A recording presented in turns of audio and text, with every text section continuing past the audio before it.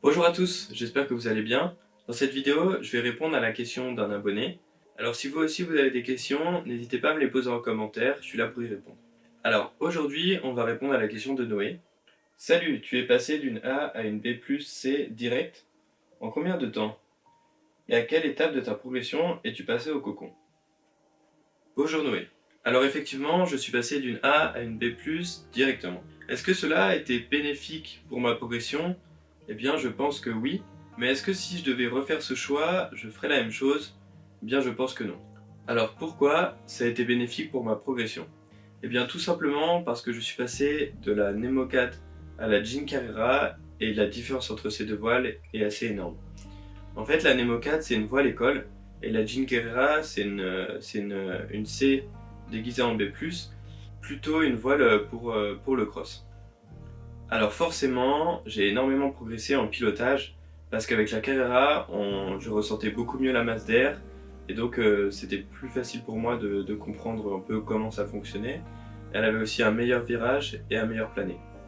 J'ai aussi eu un déclic quant à la façon de piloter, seulement quelques heures après être passé dessous, ça m'a beaucoup aidé. Je m'estime aussi chanceux de ne pas avoir eu de problème avec cette voile. Je me suis juste fait peur une fois en faisant des wings et j'étais à peu près à l'horizontale par rapport à la voile quand celle-ci a fermé, mais j'ai eu de la chance, ça s'est bien terminé.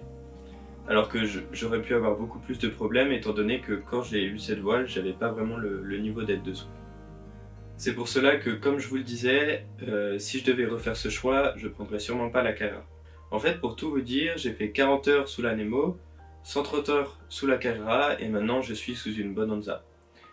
Alors comme vous pouvez le voir, ça fait un énorme bond en avant de passer de la Nemo à la Carrera, alors que de la Carrera à la Bonanza, il n'y a pas d'énorme différence. C'est pour ça que j'aurais pu, et j'aurais peut-être dû, au lieu de prendre une B+, prendre une mid B, donc une voile qui me permet quand même de faire du cross, d'être plus à l'aise dessous, et ainsi ma progression aurait été plus linéaire, et j'aurais donc pris moins de risques. La deuxième question de Noé était quand est-ce que je suis passé sous cocon? Alors en fait, je suis passé sous cocon quand j'ai vraiment commencé à crosser, quelques dizaines d'heures après le passage sous la Carrera. Pour moi, passer sous cocon, c'était vraiment un gros plus au niveau du confort, parce que je passe plus de 90% de mon temps de vol sur des crosses, et donc j'ai besoin de quelque chose qui me tient au chaud, et on a aussi le cockpit qui rend le pilotage vraiment confortable. Et en plus, j'ai pas trouvé ce changement très brutal, donc c'est un peu comme prendre une selle classique et lui mettre un cale-pied, sauf que là on a tout le confort qui va avec. Alors pour moi, faut vraiment pas avoir peur de passer sous cocon, surtout que maintenant il y a des cocons qui sont vraiment très accessibles. Donc je pense par exemple à la D-Lite que j'utilise. Vous avez aussi la Jean Jenny Light, la Soul de chez Dudek, qui sont de super sellettes. Mais par contre il faudrait éviter les cocons type hamac ou les cocons de course qui sont un peu allongés et qui sont vraiment pas des cocons qui sont faits pour débuter.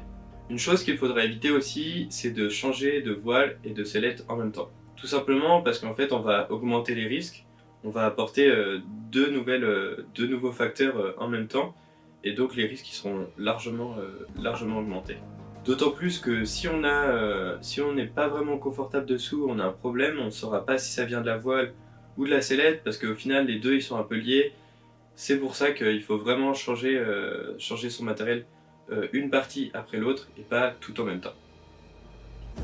J'espère que cette vidéo vous servira et j'espère aussi que vous avez aimé. En tout cas, si vous avez d'autres questions, n'hésitez pas à me les mettre en commentaire, je suis là pour y répondre. Pensez à vous abonner pour ne pas rater les prochaines vidéos. D'ici là, je vous dis à bientôt et portez-vous bien.